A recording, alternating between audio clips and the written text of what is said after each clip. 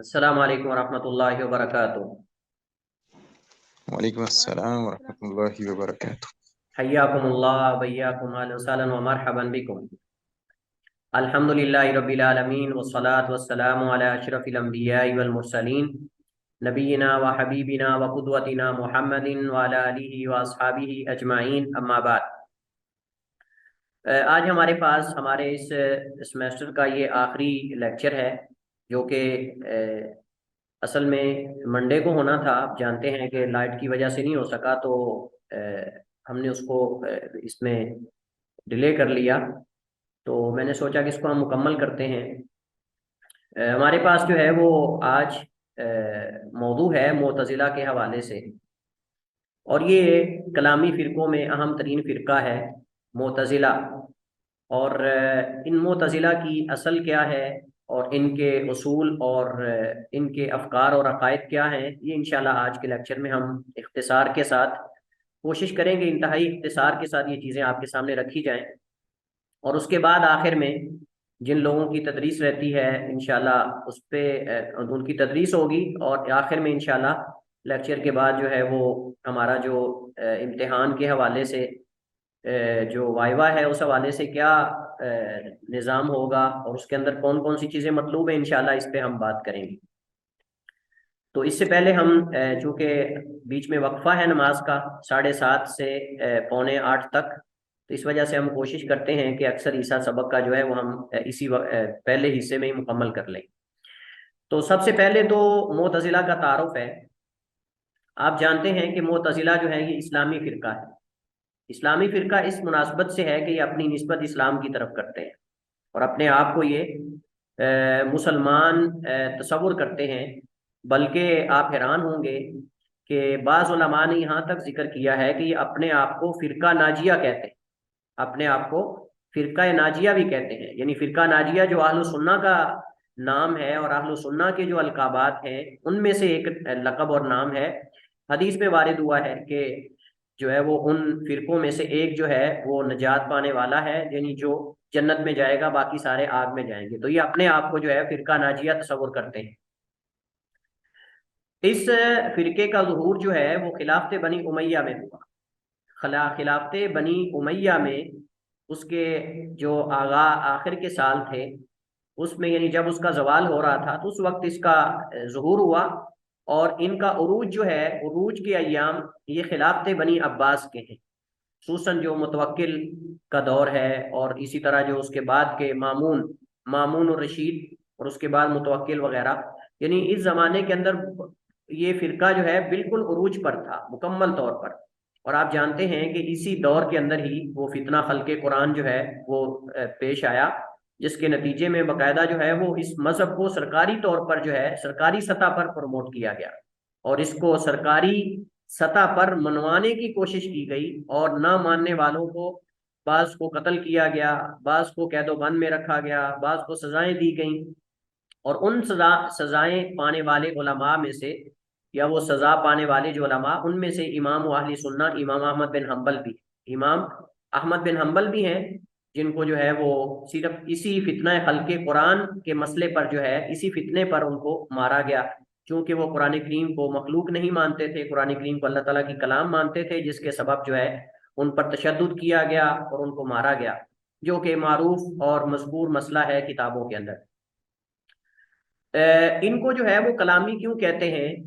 اس کی وجہ یہ ہے کہ یہ زیادہ تر جو ہے وہ علم کلام اور فلسفہ وغیرہ جو ہے اس پر زور دیتے ہیں، اور یہ عقیدہ اسلامیہ کو سمجھنے کے لیے زیادہ تر اعتماد عقل پر کرتے ہیں۔ بلکہ اگر ہم کہیں کلی اعتماد ان کا عقل پر ہے تو یہ جھوٹ نہیں ہوگا۔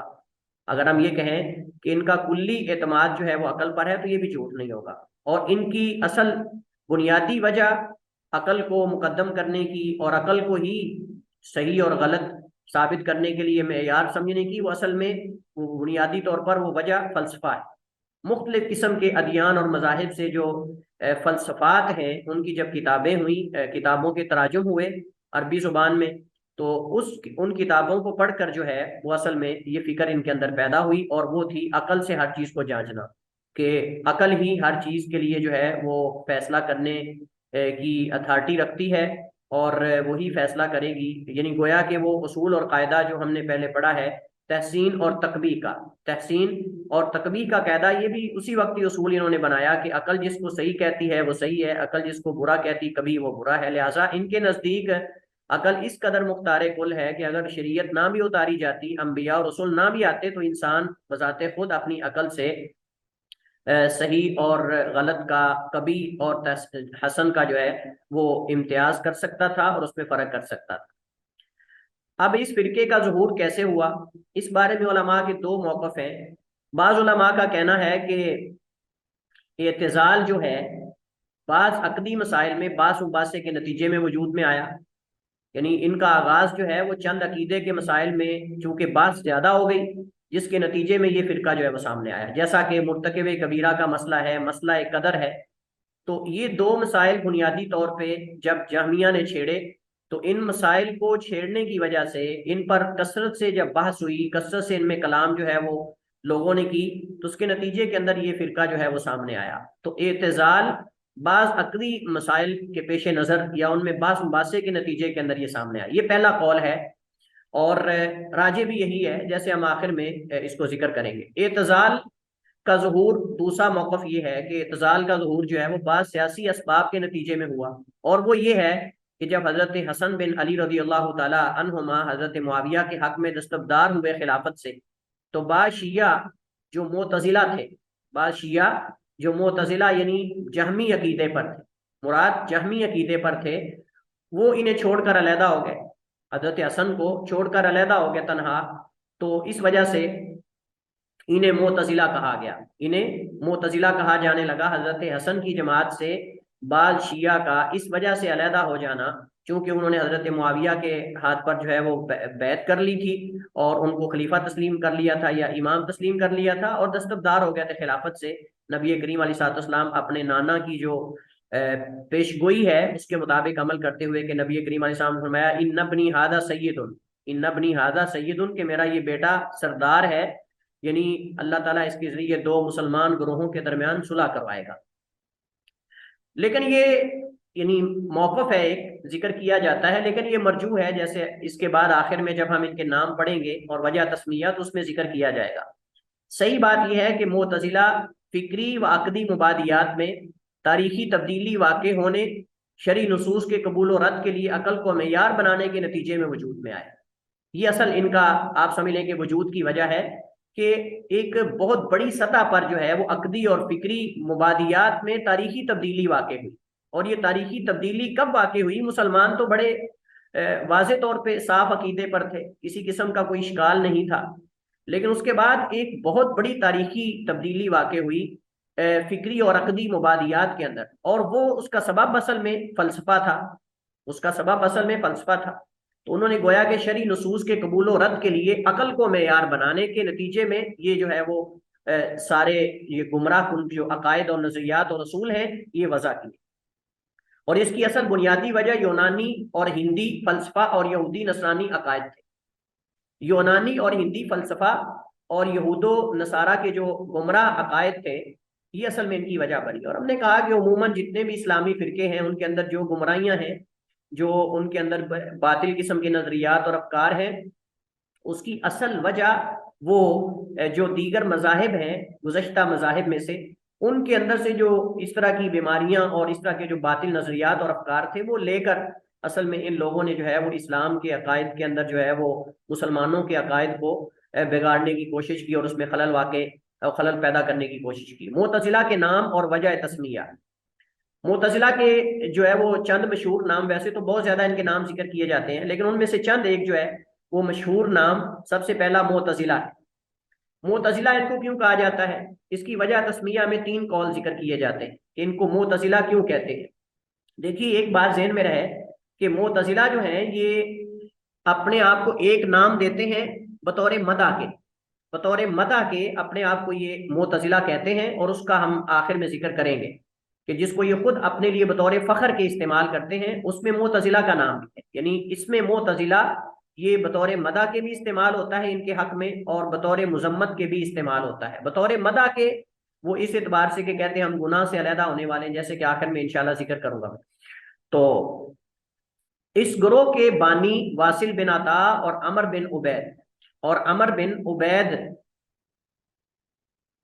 انہوں نے جب دوسری صدی ہجری کے آغاز میں حسن بصری رحمہ اللہ تعالیٰ کی مجلس کو چھوڑ کر علیحدہ بیٹھنا شروع کر دیا تو اس پر امام قتادہ رحمہ اللہ تعالیٰ انہوں نے، جو کہ تابعی ہیں، انہوں نے انہیں یہ نام دیا. انہوں نے کہا کہ اعتزلونا یعنی ہم سے علیحدہ ہو گئے، ہماری مجلس کو انہوں نے چھوڑ دیا. جب حسن بصری رحمہ اللہ تعالیٰ نے مرتکب کبیرہ کے متعلق فتویٰ دیا تو اس وقت واصل بن عطا نے کہا، بعض کتابوں میں یہ مذکور ہے کہ جب حسن بصری رحمہ اللہ تعالیٰ سے کبیرہ گناہ کے مرتکب کے بارے میں ان کے شاگردوں میں سے کسی نے سوال کیا اور اس نے کہا کہ ہمارے علاقے میں یا ہمارے ہاں کچھ ایسے لوگ ہیں جو یہ کہتے ہیں کہ مرتکب کبیرہ جو ہے وہ دائرہ اسلام سے خارج ہے، اور ان کے مد مقابل ایک دوسرا گروہ پیدا ہوا ہے جو یہ کہتا ہے کہ مرتکب کبیرہ جو ہے، کبیرہ گناہ کرنے والا، وہ اسلام سے خارج ہے اور کفر میں داخل نہیں. اسلام سے خارج ہے ایمان سے، لیکن کفر میں داخل نہیں ہوا. یعنی وہ ایک ایسے مقام پر ہے کہ، یا انہوں نے کہا کہ وہ کہتے ہیں کہ اسلام سے خارج ہے ایمان سے، لیکن وہ کافر بھی نہیں ہے. تو اس وقت جو ہے وہ واصل بن عطا بیچ میں بولا اور کہتا ہے کہ میں کہتا ہوں کہ جو مرتکب کبیرہ ہے، کبیرہ گناہ کرنے والا ہے، وہ نہ مطلقاً کافر ہے اور نہ مطلقاً مومن ہے، بلکہ اس کے درمیان والی منزلت اور درمیان والے مقام پر ہے. اس پر پھر حسن بصری رحمہ اللہ تعالیٰ سخت ناراض ہوئے اور انہوں نے واصل بن عطا کو جو ہے، واصل بن عطا الغزالی، واصل بن عطا الغزال یا غزالی، ان کو مجلس سے نکال دیا. تو جب امام حسن بصری رحمہ اللہ تعالیٰ نے اسے اپنی مجلس سے نکال دیا تو یہ وہاں سائڈ پہ جا کے ایک ستون کے ساتھ بیٹھ گیا. مسجد کے ستونوں میں سے ایک ستون کے ساتھ جا بیٹھا، جس پر حسن بصری نے اشارہ کر کے فرمایا اعتزلنا واصل، اعتزلنا واصل، کہ واصل نے ہمیں چھوڑ دیا ہے، ہم سے علیحدہ ہو گیا ہے. واصل نے ہمیں چھوڑ دیا اور ہم سے علیحدہ ہو گیا ہے، یعنی ہم سے علیحدگی اختیار کر لی. تو یہ دو قول ہیں. تیسرا قول یہ ہے کہ حضرت حسن بن علی رضی اللہ تعالی عنہما سے علیحدہ ہونے کی وجہ سے ان کو جو ہے وہ معتزلہ کہتے ہیں. اور یہ قول جو ابھی ہم نے اوپر دو موقف علماء کے ذکر کیے، ان میں سے دوسرا موقف ہے جو لوگ کہتے ہیں کہ ان کو اس وجہ سے بھی معتزلہ کہتے ہیں کہ حضرت حسن بن علی رضی اللہ تعالیٰ عنہ جب انہوں نے حضرت معاویہ کے ہاتھ پر بیعت کر لی اور انہوں نے خلافت سے اپنے آپ کو دستبردار کر لیا، تو اس وقت یہ لوگ کچھ ایسے شیعہ تھے جو جہمیہ کے عقائد پر تھے، یہ علیحدہ ہو گئے. تو اس پر حضرت حسن نے کہا کہ اعتزلونا یا ہؤلاء معتزلہ، یا اس طرح کے انہوں نے الفاظ ادا کیے جس پر ان کو معتزلہ کہا جانے لگا. لیکن صحیح بات یہ ہے کہ یہ قول جو ہے وہ ضعیف ہے، صحیح وہی قول جو پہلے ذکر کیا گیا ہے. اس کے بعد دوسرا ان کا نام ہے جہمیہ، اور ہم نے پہلے پڑھا ہے، جب جہمیہ کا ہم نے تعارف پڑھا تھا تو میں نے یہ ذکر کیا تھا کہ جہمیہ ہی اصل میں ان کی نسل سے ہی آگے جو ہے وہ معتزلہ نکلے، اور اصل معتزلہ جہمیہ ہے. لیکن یہ کہ انہوں نے تھوڑا اس فکر کو آگے پھیلایا اور مزید اپنے اصول اور اپنے قواعد بنائے، جس کے ذریعے ایک نیا فرقہ جو ہے انہی جہمیہ میں سے نکل کر ایک الگ فرقہ جو ہے وہ اعتزال کی صورت میں اور وہ معتزلہ کی صورت میں سامنے آیا. تو اصل میں ان کی بنیاد ڈالنے والے وہ جہمیہ ہیں، وہ جہم بن صفوان ہے یا دیگر جو ہم نے اس کی تاریخ جیسے پڑھی تھی. تو اصل بنیاد ڈالنے والے وہ لوگ ہیں. باقی انہوں نے آگے اس فکر کو مزید پھیلایا ہے اور اس کو مشہور کر دیا انہوں نے، ورنہ مقولہ پہلے موجود تھا. یہ مقولہ اور یہ قول پہلے سے موجود تھا، یہ فکر پہلے سے موجود تھی، بس انہوں نے تھوڑا اس کو اپڈیٹ کر کے، تھوڑا اس کو بڑھا چڑھا کر، اس میں مزید کچھ چیزیں ایڈ کر کے اس کو لوگوں کے سامنے پیش کر دیا گمراہ کرنے کے لیے. تو اصل میں یہ جہمیہ ہے، کیونکہ بہت سارے عقدی مسائل میں یہ دونوں کے مابین آپ مشارکت دیکھیں گے، اشتراکیت پائی جاتی ہے جہمیہ میں اور معتزلہ میں. اور دوسری بات یہ ہے کہ ظہور کے وقت جہمیہ کی آراء کا احیاء کرنے والے وہ بھی یہی لوگ ہیں، معتزلہ ہی. وگرنہ جہمیہ کا جو اصل فرقہ تھا وہ مٹ چکا تھا اور قریب تھا کہ مٹ جاتا، لیکن انہوں نے آ کر جو ہے دوبارہ ان جہمیہ کے جو افکار ہیں ان کو دوبارہ زندہ کیا اور ان کو دوبارہ جو ہے وہ شہرت دی. اور بلکہ شہرت کیا دی کہ اس کو ایک زمانے کے اندر باقاعدہ ایک سرکاری سطح پر منوانے کی کوشش کی گئی اور لوگوں کو مارا گیا، سزائیں دی گئی لوگوں کو، تاکہ سارے لوگ جو ہے وہ معتزلی بن جائے. تو ان کو عروج بھی ملا ہے، اور ہم نے کہا وہ خلافت بنی عباس کے زمانے میں،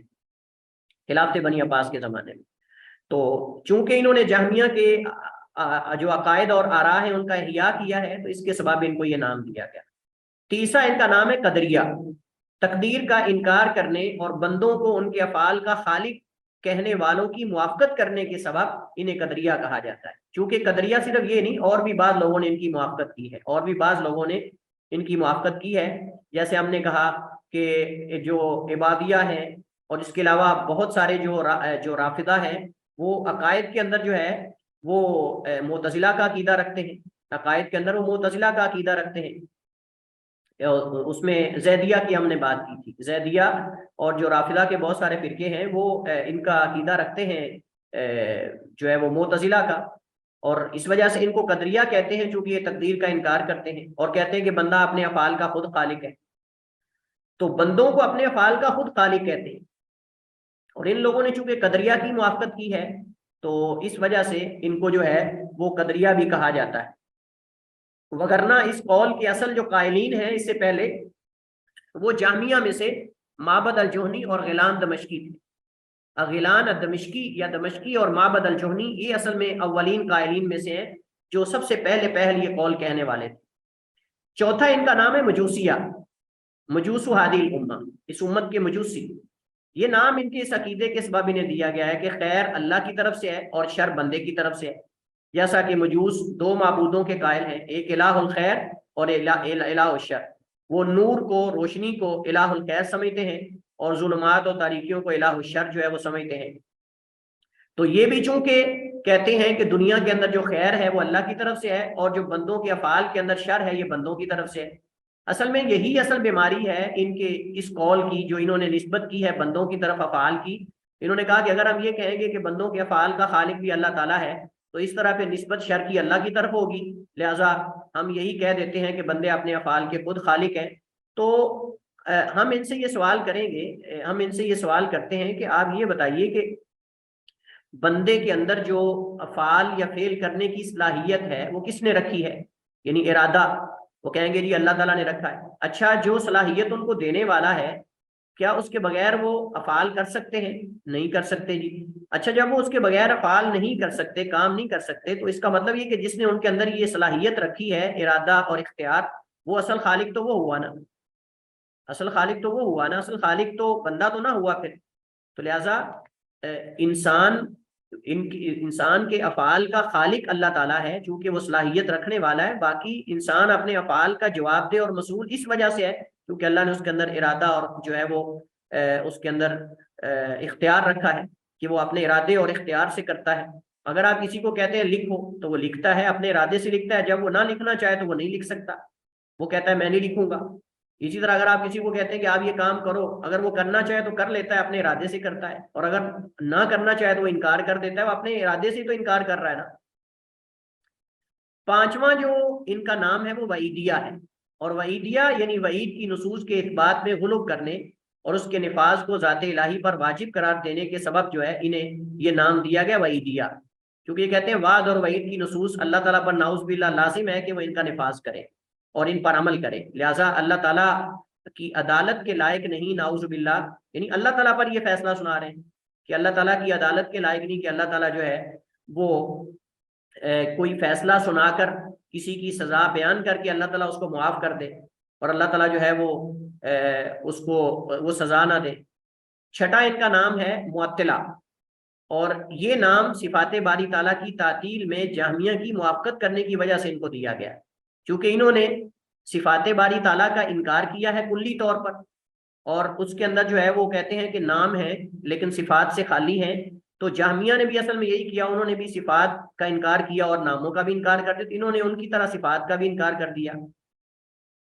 لہٰذا جہمیہ کی اللہ تعالیٰ کی صفات کے انکار میں موافقت کرنے کی وجہ سے انہیں معطلہ کہا جاتا ہے. اور یہ نام تو انہیں پسند نہیں، البتہ کچھ ایسے نام ہیں جن کو بطور فخر کے استعمال کرتے ہیں، جیسا کہ معتزلہ. یہ نام یعنی ان کے مخالفین نے بھی ان کو دیا ہے، لیکن اس کی وجہ تسمیہ ہم نے پڑھی کہ ان کو معتزلہ کیوں کہتے ہیں. لیکن ایک یہ خود بھی اپنے اوپر معتزلہ بولتے ہیں. اصل میں جب معتزلہ کے نام سے یہ مشہور ہو گئے تب صاف ظاہر ہے کہ ان کو پہچانا اس نام سے جاتا تھا، تو انہوں نے پھر لوگوں کے اندر یہ معنی مشہور کر دیا کہ معتزلہ ہم ہیں، لیکن ہمارے معتزلہ ہونے کا مطلب یہ نہیں ہے کہ ہم نے اہل سنہ کی جماعت کو چھوڑا ہے یا حسن بصری کی مجلس کو چھوڑا ہے، یا مطلب ہم نے ایک نئی فکر پیدا کی ہے یا پیش کی ہے، بلکہ اس مناسبت سے ہم معتزلہ ہیں کہ ہم جو ہے وہ شر اور بدعات اور فتنوں سے علیحدہ ہونے والے ہیں. ہم اندازہ کریں جیسے پیچھے انہوں نے کہا نا، خوارج نے کہا تھا کہ ہم شرات ہیں. شرات کا معنی یہ ہے کہ ہم نے جو ہے وہ اللہ تعالیٰ سے سودا کر لیا اپنی جانوں اور اپنے مالوں کے بدلے میں جنت کا. لہٰذا اس مناسبت سے وہ ان اللہ اشتری المؤمنین جو ہے اس سے انہوں نے جو ہے وہ یہ اخذ کر کے. تو اسی طرح یہ اپنے آپ کو معتزلہ علیحدہ ہونے والے کہتے ہیں نا عربی زبان میں. تو انہوں نے کہا کہ شر اور بدعات اور فتنوں سے علیحدگی اختیار کرنے کی وجہ سے ہم معتزلہ ہیں. یہ تو بالکل ایسے ہے جیسے جو ہے وہ تقیہ استعمال کرنے والے حضرات کرتے ہیں. اہل توحید اور عدل یہ بھی اپنے آپ کو یہ کہتے ہیں کہ ہم اہل توحید ہیں اور اہل عدل ہیں. عدل سے مراد اللہ تعالیٰ سے تقدیر کی نفی لیتے ہیں، کہتے ہیں کہ اللہ تعالیٰ عدل کرنے والا ہے، اللہ تعالیٰ شر کا خالق نہیں ہو سکتا. ٹھیک ہے. اور اسی طرح جو ہے وہ اس سے مراد جو ہے وہ لیتے ہیں کہ اللہ تعالیٰ جو اپنے بندوں کو وعد یا وعید اللہ نے بیان کی ہے اس پر لازم ہے کہ اللہ تعالیٰ جو ہے وہ عمل کرے. اس کی تفصیل آگے آ رہی ہے کہ عدل سے کیا مراد ہے اور توحید سے کیا مراد ہے، اور اس کے پس پردہ کون کون سے باطل عزائم اور کون کون سے باطل افکار انہوں نے چھپائے ہوئے ہیں. بالکل وہ تقیے والوں کی طرح جو تقیہ کرتے ہیں اور اس کے پیچھے جھوٹ چھپاتے ہیں، لوگوں کو دھوکہ دیتے ہیں، فراڈ کرتے ہیں. انہوں نے بھی حقیقت میں یہ جو 5 اصول ہیں ان کے پیچھے انہوں نے کئی قسم کے باطل نظریات جو ہیں ان کو مخفی رکھا ہوا ہے، صرف یہ دھوکہ دینے کے لیے. بظاہر نام سنتے ہی بندہ کہتا ہے واہ اہل توحید ہیں، اہل عدل ہیں، اہل فلاں ہیں، لیکن جب حقیقت جانو کہ بھائی ان کے ہاں توحید سے کیا مراد ہے، عدل سے کیا مراد ہے، تو اس وقت پتہ چلتا ہے کہ یہ کس قدر جو ہے وہ اہل توحید ہیں اور کس قدر یہ عدل والے ہیں. توحید کے بالکل کوسوں دور ہے یہ، عدل سے کوسوں دور ہے یہ. اور توحید سے مراد یہ اللہ تعالیٰ سے صفات کی نفی مراد لیتے ہیں. توحید سے مراد یہ اللہ تعالیٰ کی صفات کی نفی مراد لیتے ہیں اور اسے یہ فخر سمجھتے ہیں اور اسے یہ بطور فخر کے استعمال کرتے ہیں. اہل حق بھی اپنے آپ کو کہتے ہیں کیونکہ یہ اپنے آپ کو حق پر، مخالفین کو باطل پر سمجھتے ہیں، اس وجہ سے اپنے آپ کو اہل حق کہتے ہیں اور اپنے مخالفین کو جو ہے وہ اہل باطل یہ تصور کرتے ہیں. معتزلہ نے مخالفین کو بھی کچھ القابات دیے ہیں، جیسے ان کو انہوں نے دیے ہے، انہوں نے مد مقابل جو ہے وہ کچھ ان کو نام دیے. مثلا قدریہ. اب قدریہ ان کو کہا جاتا ہے، یہ دوسروں کو قدریہ کہتے ہیں اس وجہ سے چونکہ وہ تقدیر کو ثابت کرتے ہیں. یعنی ہم اہل سنہ جو ہے وہ چونکہ تقدیر کو ثابت کرتے ہیں تو انہوں نے ہمیں قدریہ کہہ دیا. ہم ان کو قدریہ انکار کرنے کی وجہ سے کہتے ہیں، وہ ہمیں قدریہ اس بات کرنے کی وجہ سے کہتے ہیں. اسی طرح مجیزہ کا مطلب یہ ہے کہ جائز ہے، مطلب یہ ہے کہ جائز ہے کہ اللہ تعالیٰ جو ہے وہ اپنے بندے کو چاہے تو معاف کر دے، اپنے بندے کو چاہے تو معاف کر دے. یعنی ہم کہتے ہیں نا کہ جو مرتکب کبیرہ ہے، جو کبیرہ گناہ کا مرتکب ہے، اگر وہ بغیر توبہ کے فوت ہو جاتا ہے تو اللہ کی مشیت اور اللہ کے ارادے کے تابع ہے. اللہ چاہے تو معاف کر دے، تو اللہ چاہے تو اسے سزا اور عذاب دے. اگر اللہ معاف کرتا ہے تو اللہ کا فضل و کرم ہے، اور اگر اللہ تعالیٰ سزا دیتا ہے تو اللہ کی عدالت ہے. لیکن اس وجہ نسبت سے وہ کہتے ہیں یہ معجزہ ہے. اور مشبہ بھی کہتے ہیں اہل سنہ کو. مشبہ کس وجہ سے کہتے ہیں؟ وہ کہتے ہیں کہ یہ اللہ تعالیٰ کی صفات ثابت کرتے ہیں اور صفات بندے کی بھی ہیں اور اللہ تعالیٰ کی بھی، لہٰذا یہ تشبیہ ہے. لہٰذا جو بھی اللہ تعالیٰ کی صفات کو ثابت کرے گا وہ ان کے ہاں مشبہ شمار ہوگا اور اہل تشبیہ میں سے شمار ہوگا. حشویہ بھی انہوں نے ایک یہ نام دیا ہے، اور یہ نام کے پس پردہ جو ہے وہ برے معنی انہوں نے مخفی رکھے ہیں اور یہ ایک طرح کی گالی ہے. اسی طرح نابطہ بھی تقریباً انتہائی یہ آپ سمجھ لیں کہ کبھی حرکت ہے ان کی جو یہ نام دیتے ہیں یعنی اہل سنہ کو. بہرحال یہ مخالفین کو انہوں نے جو ہے وہ یہ ایسے نام دیے ہیں کہ جو حقیقت میں اس کے پس پردہ جو ہے وہ الزام تراشیاں ہیں، حقیقت میں ایسی کوئی بات نہیں ہے جس وجہ سے یہ نام انہوں نے اہل سنہ کو دیے ہیں. اس کے بعد ہمارے پاس معتزلہ کے حوالے سے چوتھا مسئلہ ہے اور وہ ہے معتزلہ کے 5 اصول. معتزلہ اپنے عقیدے کی بنیاد 5 اصولوں پر انہوں نے رکھی، اور یہ 5 اصول اصل میں ان کا بنیادی عقیدہ ہے، اور ان میں سے ہر اصول کے پیچھے باطل مخفی ہے. ان میں سے ہر اصول کے پیچھے انہوں نے اپنی باطل جو نظریات اور افکار ہیں ان کو چھپایا ہوا ہے. جیسے وہ دوسرے حضرات جو ہیں تقیے والے، انہوں نے ہر اصول کے پیچھے باطل چیزیں چھپائی ہوئی، ایسے یہ بھی. یہ 5 اصول ان کے کیا ہے؟ التوحید، العدل، الوعد والوعید، المنزلہ بین المنزلتین، اور امر بالمعروف نہی عن المنکر. امر بالمعروف اور نہی عن المنکر پہلا اصول، اور اس کے تحت انہوں نے کیا کیا گمراہیاں چھپائی ہیں، آئیے ہم اس کو پڑھتے ہیں. پہلا اصول ہے توحید. اس کے پس پردہ 3 گمراہیاں مخفی ہیں.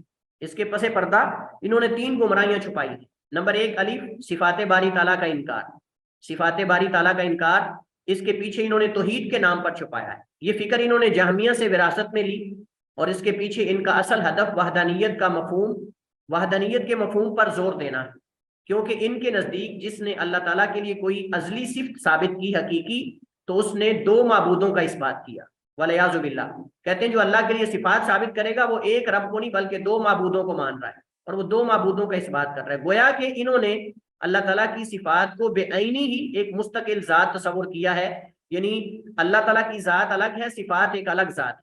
اس طرح جتنے آپ نام اور صفات مانتے جائیں گے، کہتے ہیں اس سے تعدد ذوات لازم آئے گا، اس سے تعدد ذوات لازم آتا ہے، لہٰذا ہم ان کو مانتے ہی نہیں۔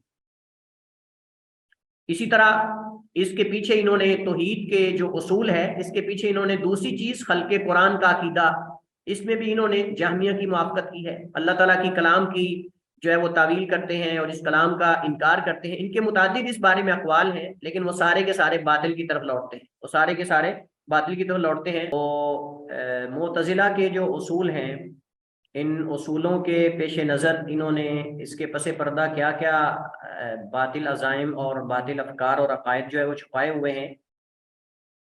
ان میں ہم نے کہا کہ دوسری چیز خلق قرآن کا عقیدہ ہے، اور اس پر بھی یہ جہمیہ کے موافق ہیں اور ان کی موافقت کرنے والے ہیں۔ اور اسی طرح تیسرا قیامت کے دن رؤیت باری تعالیٰ کا انکار، قیامت کے دن اللہ تعالیٰ کی رؤیت کا انکار۔ صاف ظاہر ہے کہ وہ کہتے ہیں کہ اللہ تعالیٰ کی رؤیت جو ہے اگر اس کو ہم ثابت کرتے ہیں تو اس سے کئی صفات کا جو ہے وہ اثبات کرنا پڑے گا، اور اس کے اندر جہت علو ہے، اللہ تعالیٰ کا جہت علو میں ہونا، یہ بھی جو ہے وہ ثابت کرنا پڑے گا۔ تو اس وجہ سے وہ سرے سے ہی رؤیت کا انکار کرتے ہیں۔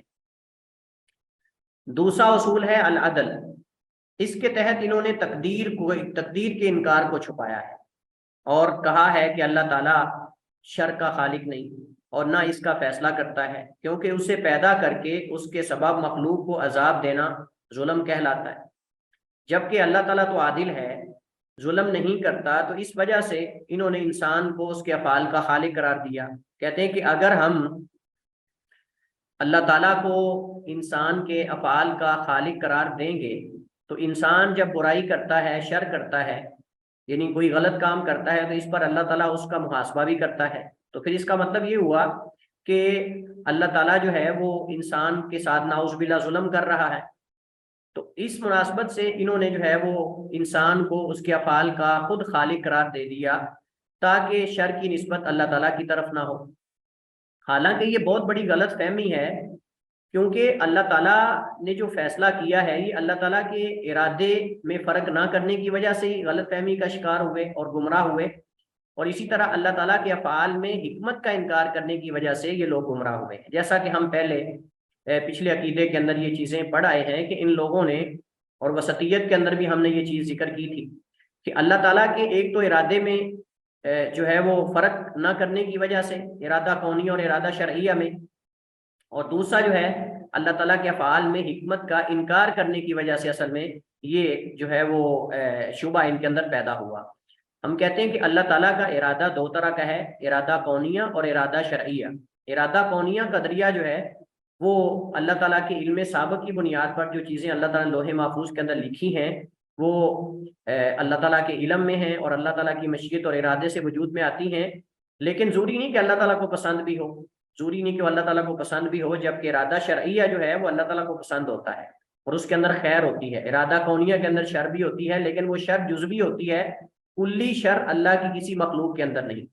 اور اسی طرح ہم نے کہا کہ بسا اوقات وہ مقصود لی غیری ہے، بسا اوقات مقصود ہی ذاتی ہے، لیکن وہ جو شر کا پہلو اگر کسی چیز کے اندر پایا جاتا ہے تو وہ مقصود لی غیری ہی ہے، مقصود لی ذاتی نہیں۔ جیسے ہم نے مریض کے دوائی لینے کی مثال دی کہ مریض کا دوائی لینا اپنی ذاتی ہی نہیں ہے، کیونکہ وہ دوائی کو پسند نہیں کرتا، اس کی کڑواہٹ کی وجہ سے، اس کی بری تاثیر کی وجہ سے اس کے اندر بدبو آتی ہے بسا اوقات، لیکن مجبوراً مریض کو دوائی کھانا پڑتی ہے، چونکہ اس کا مقصد اس سے بڑا ہوتا ہے اور وہ ہوتا ہے شفا، اور وہ ہوتا ہے شفا۔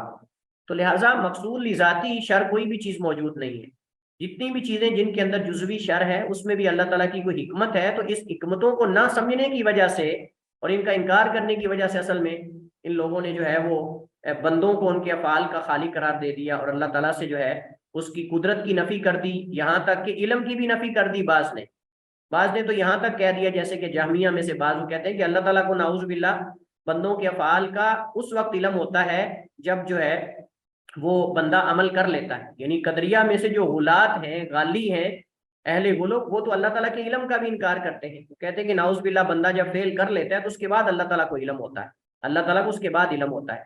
تو چونکہ ان لوگوں نے خیر اور شر کا الگ الگ الہ بنا لیا تو اس مناسبت سے ان کو اس امت کے مجوسی بھی کہا جاتا ہے. اس مناسبت سے ان کو اس امت کے مجوسی بھی. تیسرا اصول الوعد والوعید ہے. اس اصول کے پیش نظر انہوں نے اللہ تعالیٰ پر نافرمان کی پکڑ کرنے کو لازم قرار دیا اور کہا کہ بے شک اللہ تعالیٰ اپنے وعد اور وعید میں سچا ہے.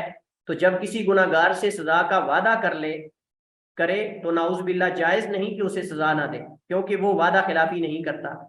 تو بھائی اللہ تعالیٰ نے جہاں وعدے کیے ہیں وہاں اللہ تعالیٰ نے امیدیں بھی تو دلائی ہیں، اور ان امیدوں میں سے یہ ہے کہ اللہ تعالیٰ گناہ گار کی توبہ قبول کرتا ہے، اللہ تعالیٰ معاف کرنے والا ہے، الغفور ہے، الرحیم ہے. اور اسی طرح وہ آیت تمام گناہوں کو شامل ہے، شرک سے نیچے نیچے جتنے بھی گناہ ہیں کفر اور شرک سے. ان اللہ لا یغفر ان یشرک بہ ویغفر ما دون ذلک لمن یشاء. اس طرح کی آیات انہوں نے نظر انداز کر دیا، اور جو اللہ تعالیٰ نے سزائیں سنائی ہیں اور عقاب سنائے ہیں اور وعید سنائی ہے ان کو انہوں نے لے لیا. تو یہ بالکل جو جبریہ ہیں ان کے مد مقابل ہے، یہ بالکل جو مرجیہ ہیں ان کے مد مقابل ہے وعیدیہ، جو وعید کی نصوص کو جو ہے وہ ثابت کرنے میں مبالغہ کرتے ہیں اور وہ وعدے کی نصوص کو جو ہے وہ ثابت کرنے میں مبالغہ کرتے ہیں. چوتھا اصول ہے المنزلۃ بین المنزلتین.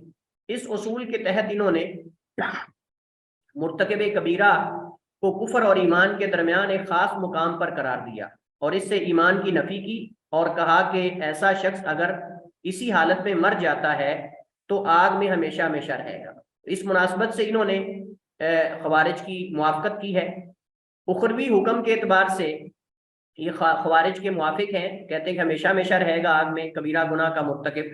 دنیاوی اعتبار سے ایک اعتبار سے متفق ہیں اور ایک اعتبار سے مختلف ہیں. متفق اس میں ہے کہ وہ اسلام سے خارج ہے، ایمان سے خارج ہے، لیکن مختلف اس میں ہے کہ خوارج کہتے ہیں وہ کفر میں داخل ہو گیا اور یہ کہتے ہیں کہ نہیں کفر میں داخل نہیں ہوا لیکن ایمان میں بھی نہیں رہا، ایمان میں بھی نہیں رہا.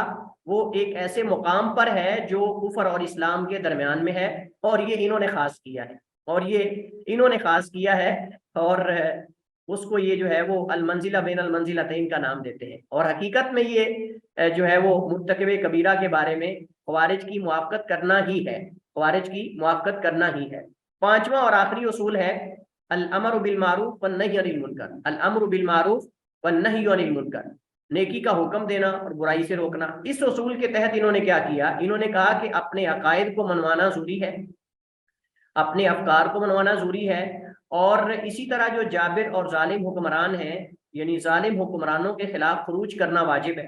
حالانکہ شریعت اس کے برعکس حکم دیتی ہے، اور ہم یہ پچھلے سیمسٹر میں یہ مسئلہ تفصیل کے ساتھ پڑھائے ہیں کہ خروج کرنا جائز ہے کہ نہیں اور خروج کی شروط کیا ہے. لیکن یہ اس مسئلے کے اندر خوارج کے موافق ہیں، اس مسئلے میں یہ خوارج کے موافق ہیں. جیسے خوارج جو ہے وہ ظالم حکمران جابر حکمران کو اتارنے کے وجوب کے قائل ہیں اور اس کے خلاف جو ہے وہ اس قاعدے اور اصول کے تحت اس کے خلاف خروج کو واجب سمجھتے ہیں. اسی طرح یہ ہے، اور ہم نے پڑھا تھا کہ خوارج تو یہاں تک کہتے ہیں کہ جب تک جو ہے وہ 3 بندے ہوں، بعض نے 3 کی شرط لگائی، بعض نے 3 سے زیادہ، تب تک وہ لڑیں گے، تب تک وہ لڑیں گے اور پیچھے نہیں ہٹیں گے. تو انہوں نے اس امر بالمعروف نہی عن المنکر کے اصول کے تحت ظالم حکمرانوں کے خلاف خروج کو واجب قرار دیا ہے. شریعت واجب نہیں کہتی، بعض علماء نے جواز کی حد تک تو ذکر کیا ہے لیکن اس کے اندر بھی شروط رکھی، اس کے اندر بھی شروط رکھی ہے. نبی کریم علیہ الصلوۃ والسلام کے احکامات اور فرامین واضح ہیں حکمرانوں کے خلاف. جب تک کفر بواہ نہ کریں اس وقت تک ان کے خلاف خروج جائز نہیں ہے. ہاں البتہ بعض شروط اس کی ہیں جو علماء نے ذکر کی، اور ہم یہ گزشتہ سیمسٹر میں ساری تفصیل پڑھائیں. ہمارے پاس جو آخری موضوع ہے وہ ہے معتزلہ کے مجمل عقائد. اللہ تعالیٰ کے لیے بعض مکان کی نفی کرتے ہیں اور بعض کہتے ہیں کہ وہ معاملات کی تدبیر کرنے کے اعتبار سے ہر جگہ ہے، اور یہ اکثر کا موقف ہے. اللہ تعالیٰ کی صفت استوا کو استعلاء کے معنی میں لیتے ہیں. الرحمن علی العرش استوا کو کہتے ہیں استولا، اور استیلاء کا معنی دیتے ہیں کہ، اور اصطلاح آپ جانتے ہیں کہ کسی دوسرے پر غلبے کی بنیاد پر، قوت کی بنیاد پر غالب آنے کو کہتے ہیں. استیلاء کا معنی ہوتا ہے قوت کی بنیاد پر دوسرے پہ غالب آنا. تو اللہ تعالیٰ کے نعوذ باللہ کس سے مقابلہ تھا کہ اللہ تعالیٰ قوت کی بنیاد پہ غالب آیا؟ اللہ تعالیٰ تو لذاتی ہی غالب ہے چونکہ وہ خالق ہے، اس کو کسی پہ غلبہ حاصل کرنے کی کیا ضرورت اور حاجت ہے، وہ مستغنی ہے ان سب چیزوں سے. تو گویا کہ نعوذ باللہ استوا کا معنی لیتے ہیں، یعنی القہر والغلبہ، مطلب یہ ہے کہ زبردستی کسی پر غالب آنا۔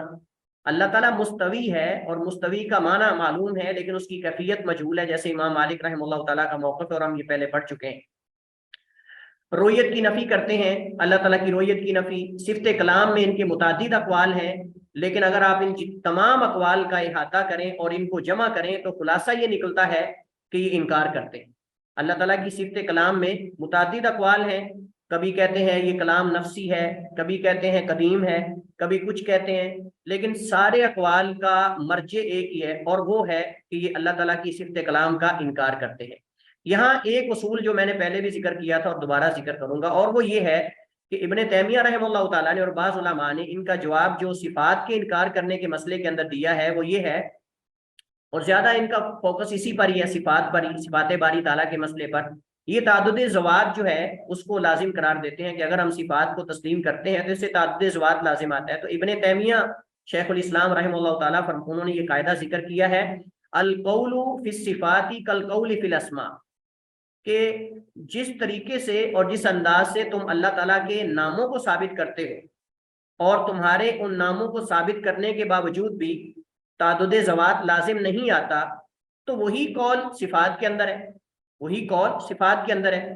یعنی تم اسماء کو مانتے ہو، معتزلہ اللہ تعالیٰ کے ناموں کو مانتے ہیں لیکن ان میں صفات کا انکار کرتے ہیں۔ ہم کہتے ہیں کہ جب تم ناموں کو مانتے ہو تو ان ناموں کو ماننے سے تعدد ذوات لازم نہیں آتا، تو صفات کو ماننے سے تعدد ذوات کیسے لازم آئے گا؟ یہ قاعدہ ہم نے پہلے پڑھا تھا، اور میں دوبارہ صرف یہاں مناسبت سے ذکر کر رہا ہوں کہ ان کا ہم جواب کیسے دے سکتے ہیں۔ یہ موٹا قاعدہ ہے کہ القول فی الاسماء، القول فی الصفات کالقول فی الاسماء، کہ جو قول تمہارا اسماء میں ہے وہی صفات میں ہے۔ اسی طرح القول فی بعض الصفات کالقول فی بعض آخر، یعنی بعض صفات کے اندر قول وہی ہے جو باقی بعض صفات میں۔ یہ موت اشاعرہ کے خلاف ہے، جو اشاعرہ 7 صفات کو مانتے ہیں کہ عقل ان کو ثابت کرتی ہے اور باقی کا انکار کر دیتے، تو ہم کہتے ہیں کہ جس قاعدے اور اصول کے تحت تم نے 7 کو ثابت کیا ہے، یا ماتریدیہ جو 8 کو ثابت کرتے ہیں، ہم کہتے ہیں اسی قاعدے اصول کے تحت تم باقیوں کو نہیں ثابت کرتے۔ یا تو یہ کہو کہ عقل ان کی نفی کرتی ہے، عقل تو باقی صفات کا بھی انکار نہیں کر رہی، تو پھر باقیوں کو تم نہیں مانتے۔ اسی طرح ہم کہتے ہیں کہ جس عقل سے تم نے ان ناموں کو ثابت کیا ہے اور صفات کا انکار کر رہے ہو، وہی عقل سے تم صفات کو ثابت کرو گے تو پھر بھی تو تعدد ذوات لازم نہیں آئے گا۔ اگر اسماء کو ثابت کرنے سے تعدد ذوات لازم نہیں آیا، ایک سے زائد معبود ثابت نہیں ہوتے، تو صفات کو ثابت کرنے سے کیسے ہو جاتے ہیں؟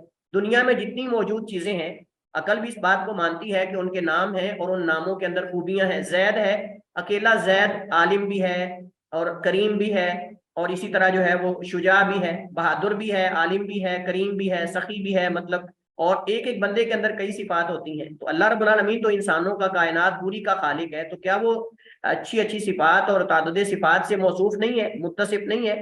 لہٰذا جو قول تمہارا اسماء کے اندر ہے وہی صفات کے اندر ہے، لہذا جس طریقے سے تم نے اسماء کو ثابت کیا اس طریقے سے صفات کو بھی ثابت کرو۔ اور جس طرح تمہارے اسماء ثابت کرنے سے تعدد ذوات لازم نہیں آتا، اسی طرح ہی اللہ تعالیٰ کی صفات ثابت کرنے سے بھی لازم نہیں آتا۔ تو یہ باقی ان کا جو تفصیلی جو دیگر مسائل کے اندر رد ہے، مثلا اللہ تعالیٰ کے عرش پر مستوی ہونا اور دیگر چیزیں، یہ ہم جو ہے وہ گاہے بگاہے متعدد مقامات پہ پڑھ آئے ہیں، اس وجہ سے مزید اس کے اندر جو ہے وہ اس کا جو ہے وہ رد کرنے کی ضرورت نہیں۔ تقدیر کا مسئلہ بھی ہم پڑھ چکے ہیں متعدد بار، جبریہ اور قدریہ کے عقائد و نظریات کیا ہے، اس میں رد کیا، اس طرح اللہ کے ارادے کی اقسام، یہ ساری چیزیں ہم پڑھ آئے ہیں، دوبارہ اس کو یہاں دہرانے کی ضرورت نہیں ہے، اسی پر ہم اکتفا کرتے ہیں۔ واللہ تعالی اعلم و احکم، وصلی اللہ وسلم علی نبینا محمد وعلی آلہ وصحبہ وسلم۔